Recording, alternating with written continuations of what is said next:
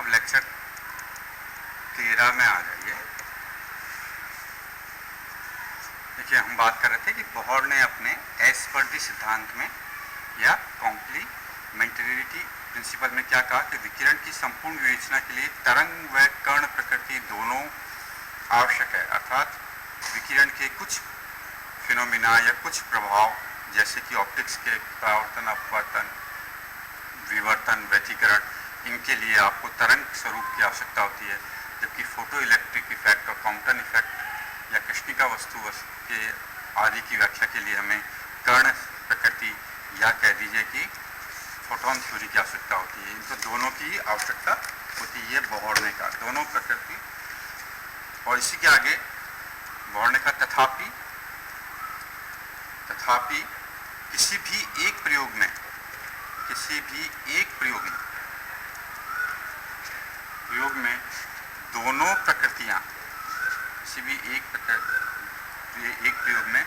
दोनों प्रकृतियां एक साथ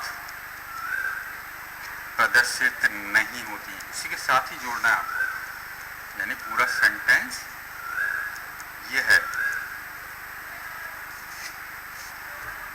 विकिरण की संपूर्ण विवेचना के लिए तरंग व कण प्रकृति दोनों आवश्यक हैं, तथापि किसी भी एक प्रयोग में दोनों प्रकृतियां एक साथ प्रदर्शित नहीं होती। ये बहुत महत्वपूर्ण कंक्लूजन बोहर ने अपना निकाल के दिया। और इसी में आपको खुद को लिखना है कि विकिरण तथा प्रकाश के द्वारा कुछ गुण, व्यतिकरण, विवर्तन, ध्रुवण इत्यादि प्रकाश के तरंग प्रतिरूप के हिसाब से समझाए जाते हैं, जबकि प्रकाश से प्रभाव, कॉम्पटन प्रभाव, कृष्णिका वस्तु विकिरण, इससे संबंधित जो भी प्रेक्षण है उनकी व्याख्या के लिए हमें फोटोन थ्योरी या कण स्वरूप को लिया जाता है।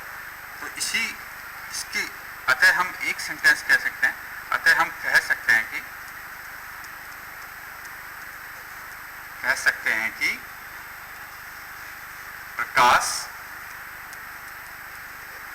का द्वैत या ड्यूल प्रकाश की द्वैत प्रकृति है या ड्यूल नेचर। इंग्लिश में कहते हैं light has a dual nature. प्रकाश की प्रकृति द्वैत होती है। क्या बोल सकते हैं? प्रकाश की प्रकृति द्वैत होती है या प्रकाश द्वैत प्रकृति का होता है। It is a dual nature. Light has dual nature. बहुत महत्वपूर्ण हो गया, प्रकाश की द्वैत प्रकृति है ना। इसी को आधार मानकर अब हम आते हैं इसी को, ये सब आपको जो मैंने कहा ये सब आपको लिखना आना चाहिए। इसी को आधार मानकर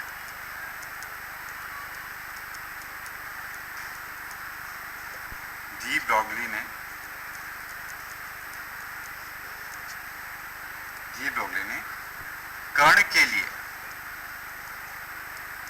कण के लिए भी द्वैत सिद्धांत दिया,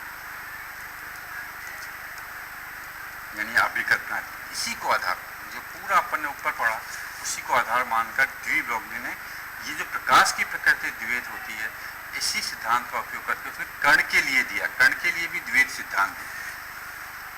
और ये कहिए इसने कण के लिए या द्रव्य पदार्थ के लिए, द्रव्य मटेरियल पार्टिकल, द्रव्य कण के लिए ये कहिए द्वैत सिद्धांत दिया।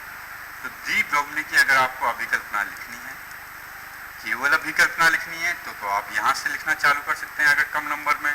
और डिस्क्राइब या डिस्कस आ जाता है तो जैसा अपन ने शुरुआत से किया वो सारा एलोबरेट करके आपको लिखना है। डी ब्रॉगली अभिकल्पना के अनुसार डी ब्रॉगली क्या कहता है कि प्रत्येक गतिशील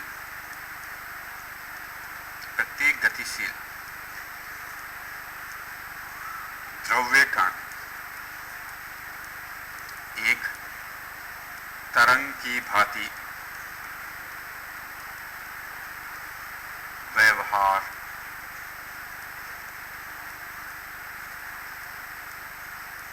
करता है।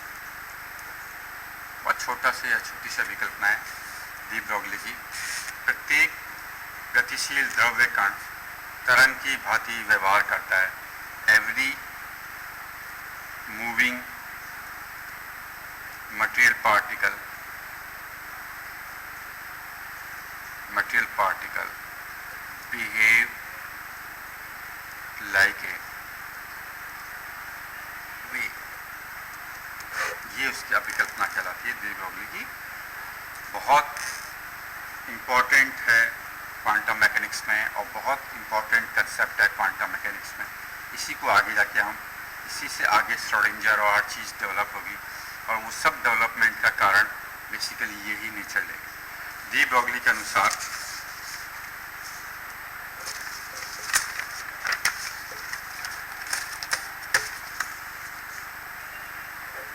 डी ब्रोगली ने और क्या बताया? डी ब्रोगली के अनुसार यदि कण का द्रव्यमान m है तथा उसका वेग v है, तो उसके साथ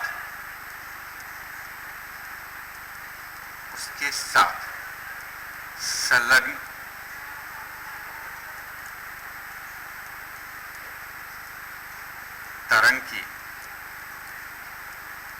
तरंग दैर्ध्य लैम्डा निम्न प्रकार दी जाती। लैम्डा h अपॉन mv, ये डी ब्रोगली का सूत्र कहलाता है। यह है डी ब्रोगली का सूत्र कहलाता है। डी ब्रोगली का सूत्र कहलाता है। यहाँ इसको हम यूं भी लिख सकते हैं, h अपॉन पी। पी संवेग हो गया, कण का संवेग। एक ही बात है, h प्लांक का स्थिरांक हो। ये डी ब्रोगली का सूत्र है। अब इसमें बस थोड़ा सा आपको ये ध्यान रखना है, तथा कण का वेग भी तो उसके साथ संलग्न तरंग दैर्ध्य है। अब इसमें संलग्न तरंग का कंसेप्ट आपको दिमाग में ऐसे नहीं बैठाना है कि कण के साथ में कोई वेव साथ में दौड़ रही है उसके साथ में, ऐसा कंसेप्ट अपने दिमाग में नहीं बैठाना है। जो कण का जो व्यवहार है वो तरंग की भांति है, यानी कि उस व्यवहार से संबंधित जो राशि का मान है वो तरंग की भांति व्यवहार कर रहा है, यानी मैक्सिमा फिर कम फिर जैसे तरंग का जो व्यवहार होता है इस तरह का, उस व्यवहार की तरह व्यवहार तरंग कर रहा है। इसका मतलब ये कतई मत मानिए कि जैसे कण दौड़ रहा है उसके साथ साथ एक तरंग भी दौड़ रही है साथ साथ में मिलकर, ऐसा नहीं है। कण का जो व्यवहार है, कण के जो पैरामीटर्स हैं जिसके द्वारा उसका व्यवहार देखा जाता है, वो जो व्यवहार से संबंधित जो राशियाँ हैं वो राशियों का मान समय के सापेक्ष परिवर्तित होता रहता है। ये आपको कंसेप्ट लेना है। और जो परिवर्तित तरंग की भांति हो रहा है तो उस तरंग का जो लैम्डा है वो h अपॉन mv के द्वारा दिया जाता है।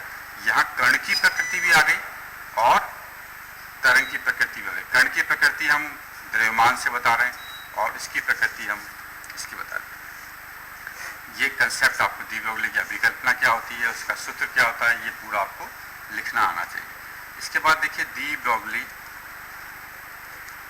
तरंग दैर्ध्य की सूत्र की स्थापना।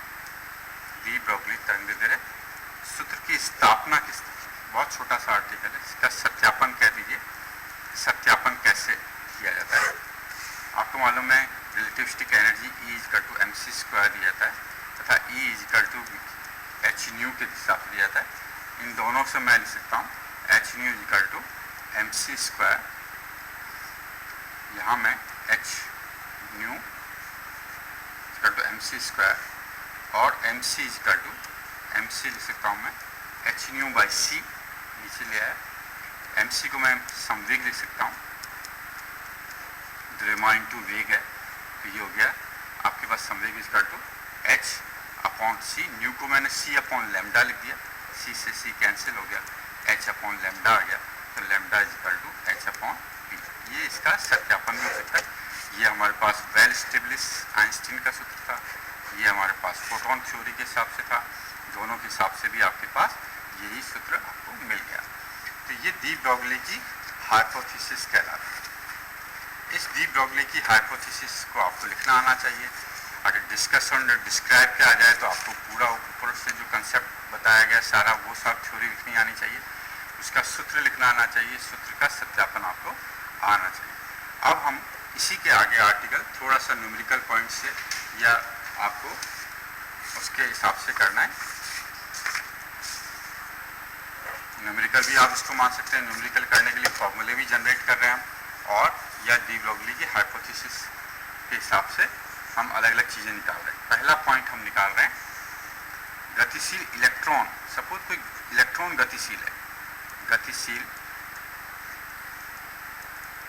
इलेक्ट्रॉन के लिए लैम्डा की गणना करना चाह रहे हैं, यानी कोई इलेक्ट्रॉन गतिशील के लिए हम गणना करना चाह रहे हैं। तो इलेक्ट्रॉन को हम V विभवांतर लगाकर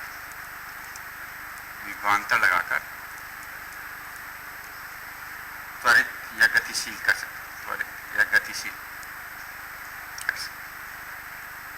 आप जानते ही हैं इलेक्ट्रॉन कैसे चार्ज पार्टिकल है, इसलिए दो प्लेटों के मध्य विभवांतर लगाकर उसको त्वरित या गतिशील बनाया जा सकता है।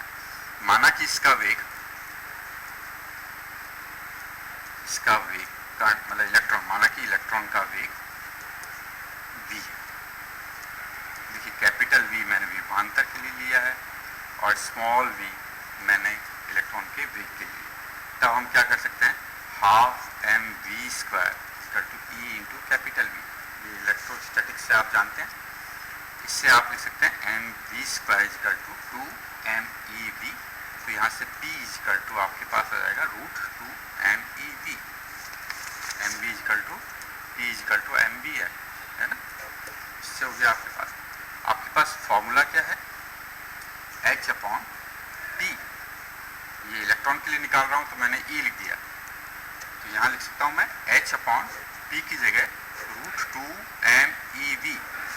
तो लैम्डा इलेक्ट्रॉन के लिए H की वैल्यू रखी 6.64 × 10⁻34 joule second upon √2m electron का 9.1 × 10⁻31 इंटू इलेक्ट्रॉन के लिए 1.6 × 10⁻19 और वोल्टेज आपने लिख दिया V। अगर आप इस सबको सॉल्व करेंगे और इसको एंगस्ट्रॉम में बदलेंगे तो 12.27 अपॉन √V आएगा, एंगस्ट्रॉम में आ गया। आपको मालूम है 1 एंगस्ट्रॉम कितना होता है, एंगस्ट्रॉम में आ गया।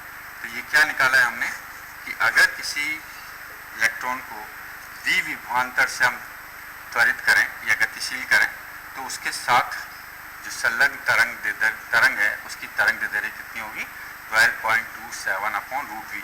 इस पर आपको न्यूमेरिकल्स भी आने चाहिए, न्यूमेरिकल्स भी करने हैं आपको, सोल्ड अनसोल्ड, और इसको डेराइव करना भी आपको आना चाहिए। अब इसी प्रकार से यदि आपको कोई कह दे कि गतिशील प्रोटॉन के साथ में बताइए, गतिशील प्रोटॉन के साथ संलग्न तरंग की तरंग दैर्ध्य बताइए, तरंग की तरंग दैर्ध्य याद करें। न्यूमेरिकल भी आ सकता है और थ्योरी के हिसाब से भी क्वेश्चन आ सकता है। तो एग्जैक्टली क्योंकि प्रोटॉन भी चार्ज पार्टिकल है, उसको भी हम लोग विभवांतर लगाकर त्वरित या गतिशील करेंगे। फर्क क्या पड़ जाएगा, फर्क केवल इस वाले फॉर्मूले में हम m जो हमने इलेक्ट्रॉन का लिया था वो हम क्या लेंगे, प्रोटॉन का लेंगे, और चार्ज तो सेम होता ही है।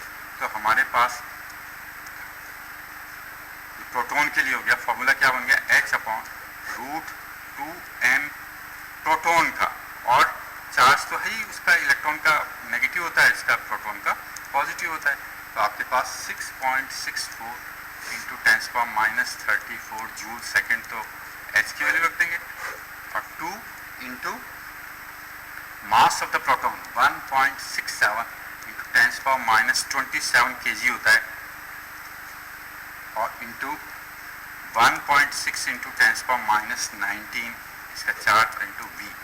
तो आपके पास इसको आप सॉल्व करेंगे तो आपके पास आपको करने की जरूरत नहीं, कैलकुलेटर्स आपके यहाँ अलाउड होते हैं। तो आप इसको सॉल्व करेंगे तो आपके पास लैम्डा पी इस प्रकार से निकल जाता है। तो आप इस प्रकार से इस प्रोटॉन के साथ भी निकाल सकते हैं। इसके बाद देखिए, इसके बाद आपके पास अगर आपको कोई कहे कि गतिशील अल्फा थर्ड, देखिए गतिशील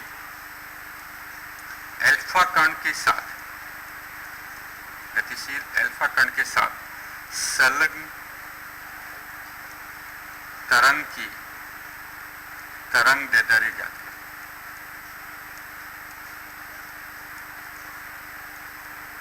ये क्वेश्चन, तो अल्फा कण आपको मालूम है 2 प्रोटॉन और 2 न्यूट्रॉन। हीलियम के नाभिक क्या होते हैं अल्फा कण? हीलियम के नाभिक अल्फा कण होते हैं। तो इसमें 2 प्रोटॉन और 2 न्यूट्रॉन हो गया। तो आपके पास ये फॉर्मूला क्या बन गया, 6.64 × 10⁻34 joule second upon 2 × m × alpha mass और चार्ज, मैं Q ऑफ अल्फा कर दूं इंटू V चार्ज पार्टिकल है, तो ये हो जाएगा 6.64 × 10⁻34 जूल सेकेंड अपॉन जो भी आपकी वैल्यू आती है, क्या होगा 2 × मास। आपको मालूम है प्रोटॉन का mass of the proton is approximately equal to mass of neutron, approximately equal. 2 proton है 2 न्यूट्रॉन है, तो मैं क्या करता हूँ 4 × 1.67 × 10⁻27 कर दिया मैंने। 2 प्रोटॉन का ले लिया और 2 न्यूट्रॉन का ले लिया, क्योंकि मास दोनों का बराबर है इसलिए लिख दिया। और इसके बाद 2 × 2 प्रोटॉन का इस पर चार्ज है, तो 2 × 1.6 × 10⁻19 V, इसको अगर आप सॉल्व करेंगे तो आपको इस अल्फा पार्टिकल्स का निकल जाएगा। इसी तरीके से अगर आपसे पूछा जाए कि गतिशील ड्यूट्रॉन, गतिशील ड्यूट्रॉन के लिए लैम्डा की गणना करिए, डी ब्रॉगली तरंगदैर्ध्य की गणना करिए, तो आप क्या करेंगे, आपको मालूम होना चाहिए ड्यूट्रॉन क्या होता है, 1 proton and 1 neutron, 1 proton and 1 neutron. तो ऐसी स्थिति में लैम्डा डी हो जाएगा 6.64 × 10⁻34 जूल सेकेंड अपॉन √2 × 2 1.67 × 10⁻27 × 1 × केवल एक प्रोटॉन का आवेश 1 × 1.6 × 10⁻19 V, ये आपके पास है। तो हमने इतने सारे किए। अब इनमें आपने देखा होगा कि सारे पार्टिकल्स जो हैं, चाहे वो इलेक्ट्रॉन, प्रोटॉन, अल्फा पार्टिकल और न्यूट्रॉन, सब चार्ज पार्टिकल हैं। तो चार्ज पार्टिकल को एक्सीलरेट हम कैसे करते हैं, पोटेंशियल डिफरेंस लगा। अब क्वेश्चन आता है कि अगर पार्टिकल चार्ज नहीं है तो भी क्या तरंगदैर्ध्य उसके साथ में डी ब्रॉगली हाइपोथेसिस लागू होगी?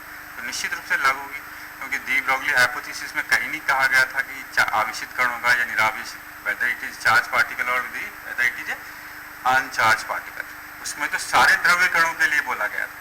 तो अगर अनचार्ज पार्टिकल के लिए हम बात करें तो उसका सबसे बेस्ट एग्जाम्पल जो अपने एग्जामिनेशन पॉइंट ऑफ व्यू से है वो है गतिशील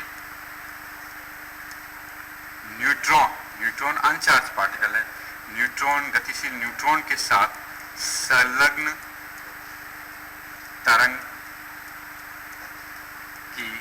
तरंगदैर्ध्य की गणना हम लोग कर रहे हैं।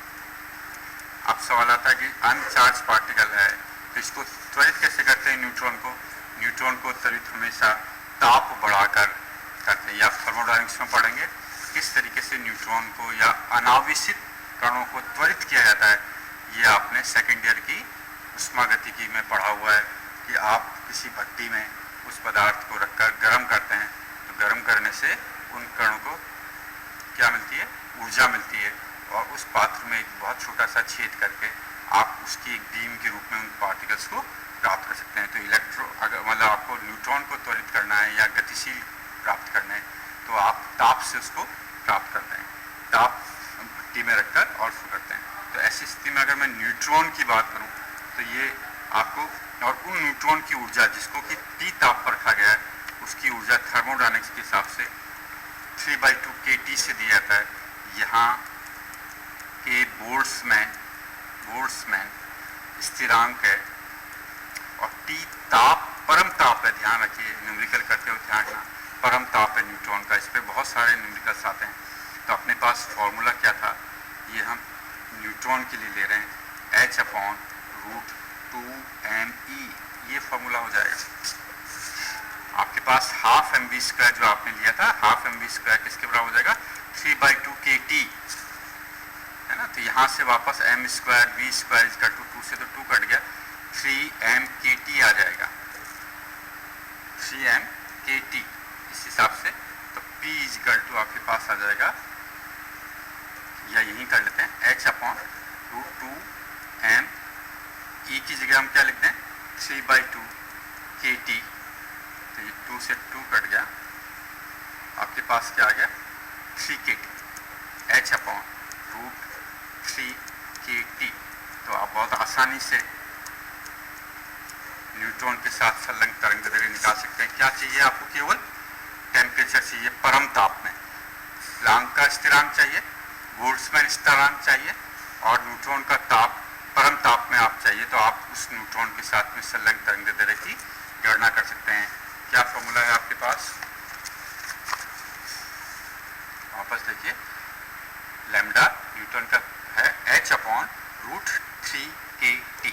इस पर न्यूमेरिकल्स आपको ध्यान रखना है। आपको केवल टेम्परेचर दिया जाएगा कि किसी तापीय भट्टी के इस ताप पर न्यूट्रॉन को गतिशील या त्वरित किया जाता है, इसके साथ संलग्न डी ब्रोगली तरंगदैर्घ्य की गणना करिए। तो ताप को परम ताप में बदलिए, अगर सेंटीग्रेड में दिया हुआ है, कि बोल्ट्जमैन कांस्टेंट याद रखिए, H याद रखिए, और इससे आप निकाल सकते। तो ये सारी हमने डी ब्रोगली हाइपोथेसिस को आज स्टडी किया। नेक्स्ट लेक्चर में जो हम ये देखेंगे कि डी ब्रोगली हाइपोथेसिस के अनुसार जो हमारे पास कण हैं, तो उन कण के लिए हम सामान्य जीवन में हमें डी ब्रोगली हाइपोथेसिस के हिसाब से तरंग से संबंधित घटनाएं क्यों नहीं प्रेक्षित होती। ये हम क्या पता करेंगे कि भाई जब सारे द्रव्य कणों के साथ में का व्यवहार तरंग की भांति है, तो दैनिक जीवन में हमें ऐसा क्यों नहीं प्रेक्षित होता है तरंग की भांति व्यवहार उस कण का। इसको हम एलोब्रेट करेंगे।